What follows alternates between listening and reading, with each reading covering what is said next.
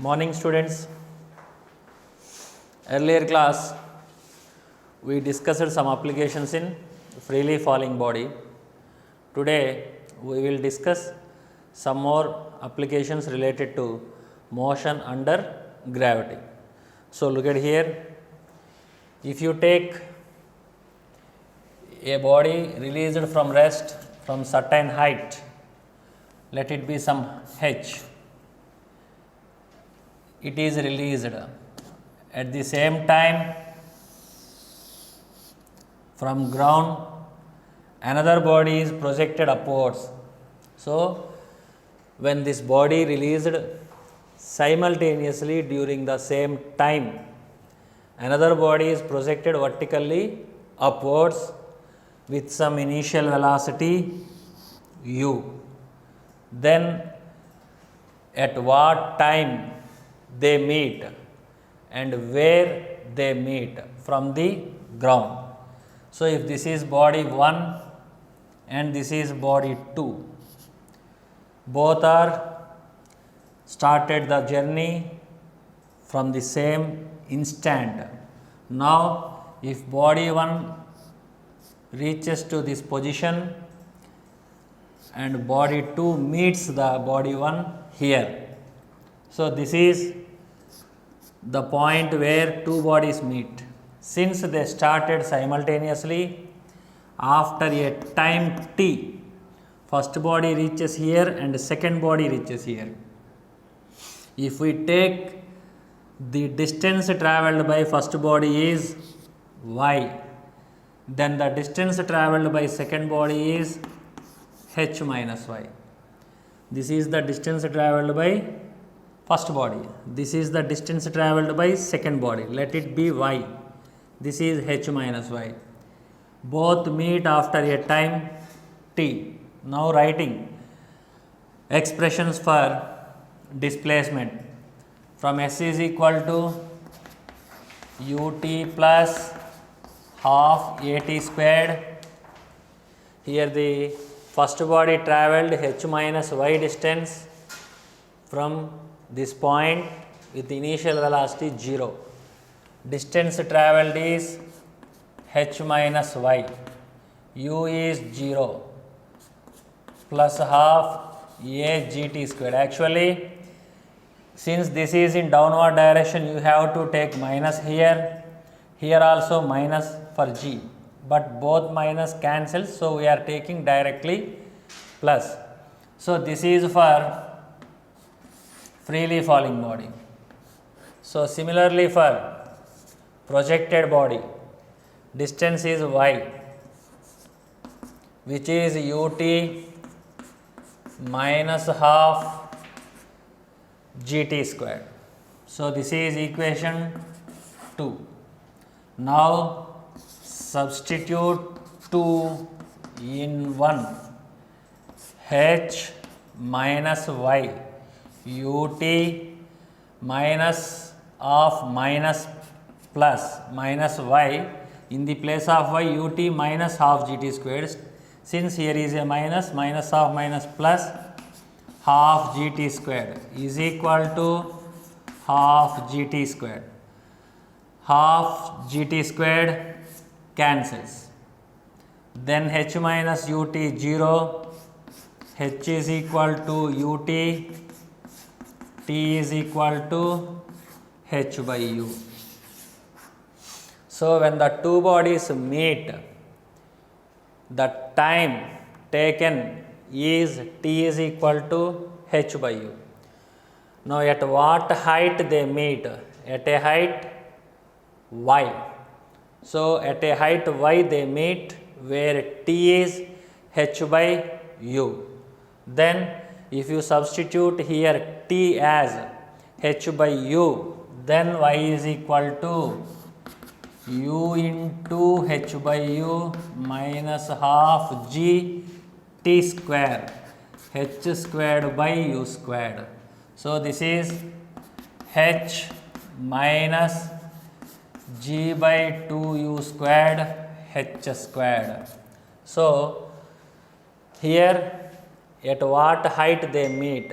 This is the height. from ground. At what time they meet? H by U. Now you are asked, when they are projected, then maybe their velocities will be equal at any instant.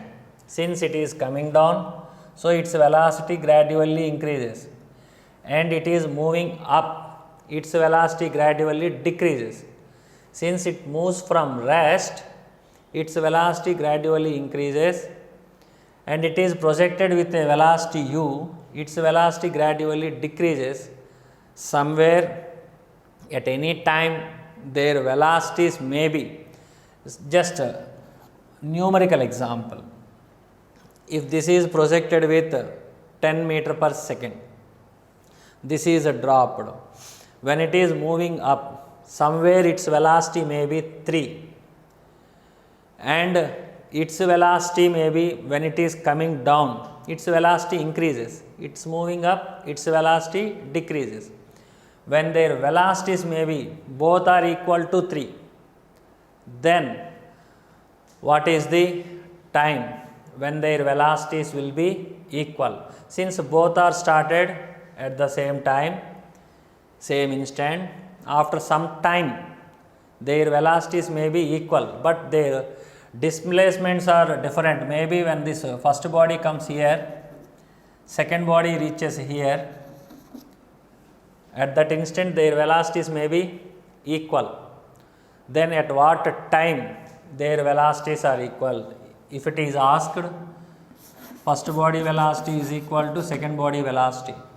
For first body velocity is u plus at, where first body is a freely falling body, it is written as gt. For second body, this is u plus at, it can be written as u minus gt. Here V1 is actually not gt, minus V1 for freely falling body, minus V1 is equal to 0 minus gt. So V1 becomes gt. But for V2 it is projected upwards, V2 is positive, u minus gt. This is V2, this is V1, both are equal. So 2gt is equal to u. T is equal to u by 2g. Then their velocities may be equal at that instant. Okay, so here this is the expression when two bodies are simultaneously started their journey. One is freely falling, another one is vertically projected upwards. Now we will see another example. Now let us take a body is projected from ground with some initial velocity. Here it passes a point P, this is the level of point P, during a time t1 in the upward journey, and again it crosses the same point after a time t2. That means the body is moving upwards, so it reaches its maximum height and again it falls freely from that height. When it crosses P for the second time, total time is t2. For the first time when it crosses P, time taken is t1 and continues the journey. During its continuation, it reaches again point P. The total time from the instant of projection, total time is t2. Now again when it falls from this point P, as similarly, from this maximum height it falls and coming down from P, since P is the point where the body moves in the upward direction and again moves in the downward direction, crossing this P. This is our reference point, let us take as. Then what is the time taken for the body to reach from P to ground? If this is A, ground point is A, B is maximum height point, this is maximum height point, then what time it takes to move from P to A. So, to move from P to A, the time is, when it moves from A to P, time is T1, which is the time of ascent. As we discussed earlier, the time taken to travel a distance in the upward direction is same as it traveled to downward direction for the same distance. That means, here from to A to P time is T1, again from P to A time is T1. So, from P to A time is T1, and from A to P in the upward direction time is T1, and when it continues journey and coming down to P, total time from ground is T2. So, from this point to point P, total time is T2. P to A to the ground is T1. So, the total time from ground to ground, time of flight, that is from A to P is T2, and again P to A is T1. So, the total time of flight from ground to again ground is time of flight, which is T2 plus T1, or we can write as T1 plus T2. This is time of flight. But we know that to reach maximum height, time of ascent or time of descent are equal. Means from ground A to B or from maximum height to ground B to A, time of ascent or time of descent are equal, and we learnt that it is equal to T by 2. It is equal to T by 2, half of the time of flight. That is TA or TD is equal to T1 plus T2 by 2. This is time of ascent or time of descent. We know that maximum height in terms of time of ascent or time of descent, we have a formula which is root of 2h by g, where h is maximum height which is at B. So, from here to here, this is the maximum height, root 2h by g. So, here Ta squared is 2h by g, h is g Ta squared by 2. As we know, Ta squared T1 plus T2 whole squared by 4, Ta squared T1 plus T2 whole squared by 4. Then maximum height is g into T1 plus T2 whole squared by 8. This is maximum height. And again, if body reaches maximum height, that is the maximum height. You will be asked, what is that height of point P, where this body crosses the same point twice?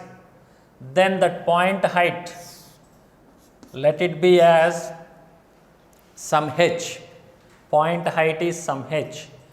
And from point P to B, this distance is some y. This distance is some y.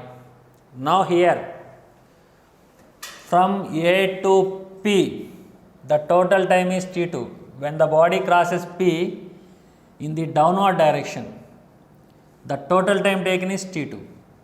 But up to here in the upward direction, it is T1. Then T2 is this one, T2 minus T1. Removing this time T1, then we will get the time taken from P to P. Moves from P in the upward direction, again reaches P in the downward direction. Time taken is T2 minus T1. Once again I am telling you, from A to P time is T1, but as it continues from A to P in this direction, total time is T2. Now, if you subtract T1 from T2, if you subtract T1, then you will get this time, means P to B, again B to P. Time taken is T2 minus T1. So, the time taken from P to B and B to P time is T2 minus T1.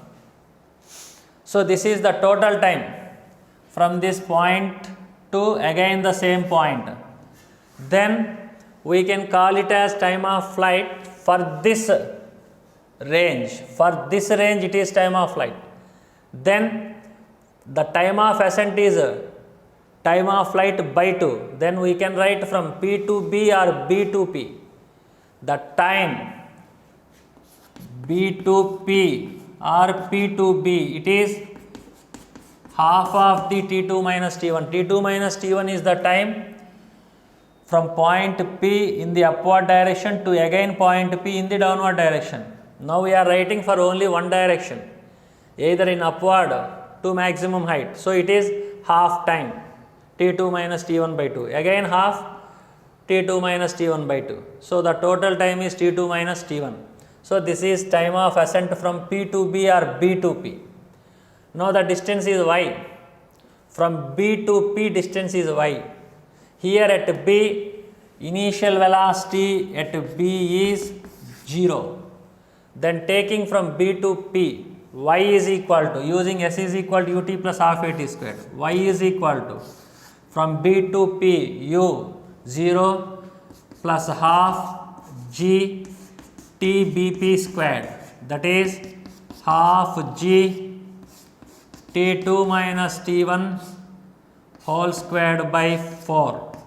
This is g t2 minus t1 whole squared by 8. Y. This is y. Okay. Now this is total h and this is y. Now if you take h minus y, it will be small h. This is a total h, and removing this y you will get small h. So small h is capital H minus y. Small h is capital H minus y. Then for that time h minus y, that will be the small h. Here I am writing small h as capital H minus y. Capital H g by 8 t1 plus t2 whole squared minus t1 minus t2 whole squared. Taking g by 8 common, h minus y is a small h. Then this is a plus b whole squared minus a minus b whole squared. 4ab by 8, which is g t1 t2 by 2. This is a small h. Small h is g t1 t2 by 2. Capital H is g into t1 plus t2 whole squared by 8. And the distance y means from the point to the maximum height or maximum height to the point P. G into t2 minus t1 whole squared by 8. These are the formula. Now you will be asked to find out u. With what initial velocity it is projected. With what initial velocity it is projected. So here you have to write the initial velocity. Means to this point height is h and the projected velocity is u. As we know, time of ascent is equal to u by g. If a body is projected with a velocity u, time of ascent is equal to u by g. As we know, time of ascent or time of descent is t1 plus t2 by 2. As we already written that time of ascent is t1 plus t2 by 2. Time of ascent is t1 plus t2 by 2 from here to here, because this is total time t2, from here to here again t1. So total time of flight from ground to ground is t1 plus t2. Ascent is half of time of flight, which is t1 plus t2 by 2. But we know that time of ascent is equal to u by g for a vertically projected body up to maximum height. Then time of ascent is u by g. but time of ascent in this case is T1 plus T2 by 2. So we can equate these two. So U by G is equal to T1 plus T2 by 2, where U is G into T1 plus T2 by 2. This is U. So these are the formulas related to a body when crosses a point in upward direction and again in downward direction.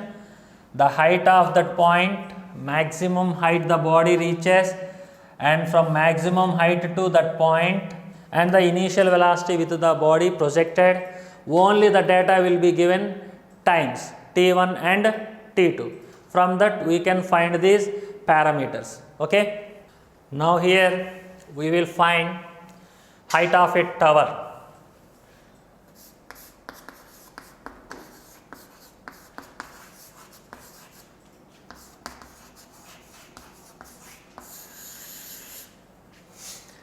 Let us take a tower of height some h, and this is a base of tower which is on the ground. A body is projected from the top point of the tower vertically upwards. So with an initial velocity u.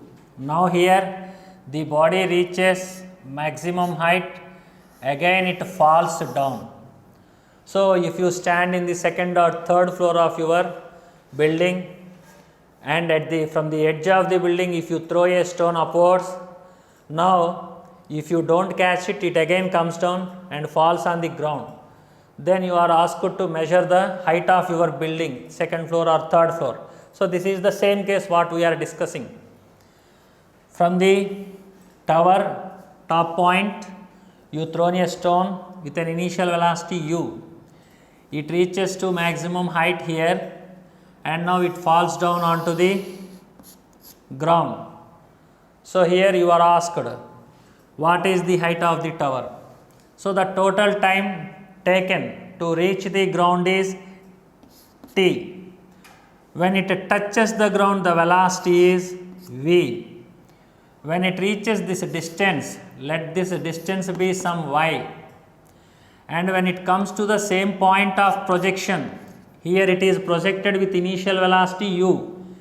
Again when it crosses the same point of projection, it should have the same velocity. As the velocity it is having here, as we learnt in the earlier classes, that when a body is projected from any point, when a body is having velocity at any point, and when it reaches the same point in the downward direction, it has the same velocity there. So this is the velocity u again here, but in the downward direction. Now what is the total distance covered by the body during time t? The total displacement covered during time t. Here time is t to reach the ground from this starting point. Let it this point as some a, and it reaches ground which is b. So AB is a tower of height h. When it reaches b, the total time taken is t from a. Now the displacement depends on direction. From a to maximum height, displacement is y. Again from maximum height to a is minus y, because it is in the downward direction. So total displacement when it reaches, again a is 0. Now from a to b in the downward direction, it is minus h. So here this is y, and from here to here, this is from this point to this point, displacement is in the negative direction, means in the downward direction. Downward direction displacements are negative, minus y plus h, and here this is y. So total displacement travelled is y plus minus y plus h, which is y minus y cancels, it will be minus h. Otherwise, we can also discuss as when it moves from A again reaches to A, displacement 0, because initial position, final position are same. Now it is going beyond the starting point, means in the downward direction. This is minus h. So the total displacement from A to B is minus h. Total displacement S is minus h. Initial velocity is u. Initial velocity is in upward direction. Now acceleration, it is minus g. So S is equal to ut plus half at square minus h is equal to ut minus half gt squared. So here h is equal to half gt squared minus ut. Writing quadratic expression, half gt squared minus ut minus h is equal to 0. Ax squared minus bx minus c is equal to 0. It is in the form of quadratic expression. So writing roots for t plus or minus b is minus u. So minus of minus plus u plus or minus root of b squared u squared minus 4 a is g by 2 into c is minus h, minus of minus plus h by 2 a is g by 2. So here this is u plus or minus root of u squared plus 2 gh by g. This is time.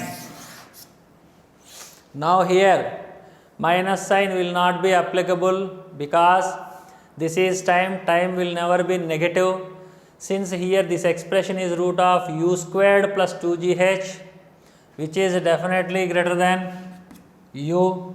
So you will get t is equal to u plus root of u squared plus 2gh by g.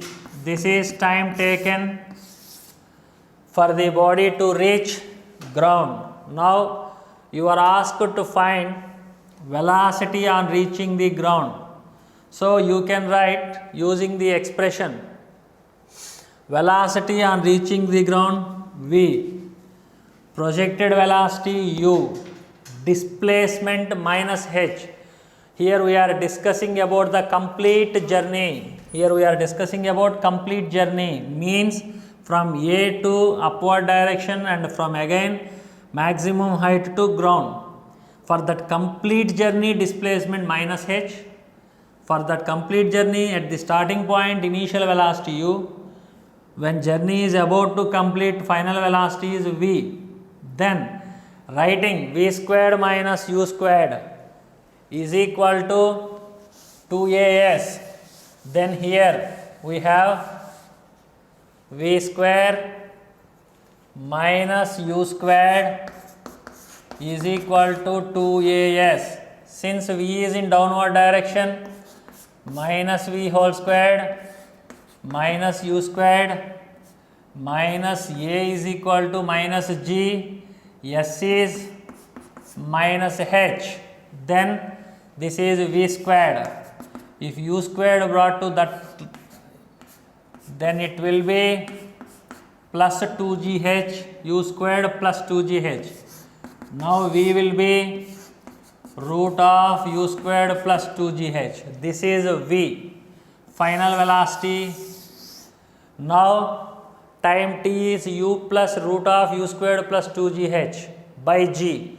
Substituting root of u squared plus 2gh with v, we can also write u plus v by g. So this is time taken to fall onto the ground.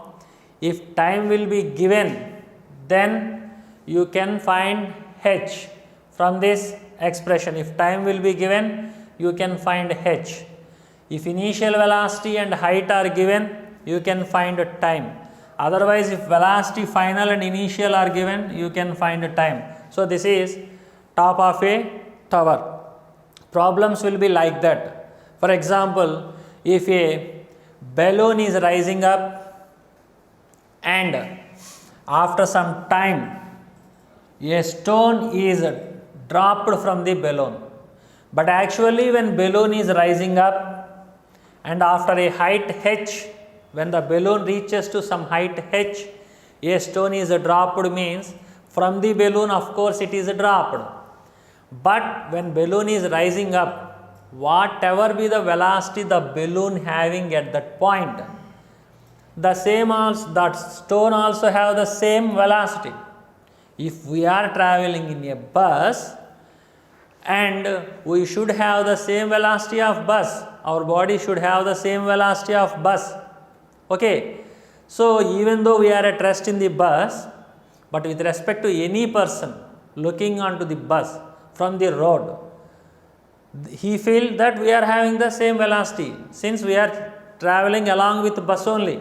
So like that here, when a stone is in a balloon and if balloon is rising up at any point, if balloon has some velocity u, then the stone inside it is also having the same u.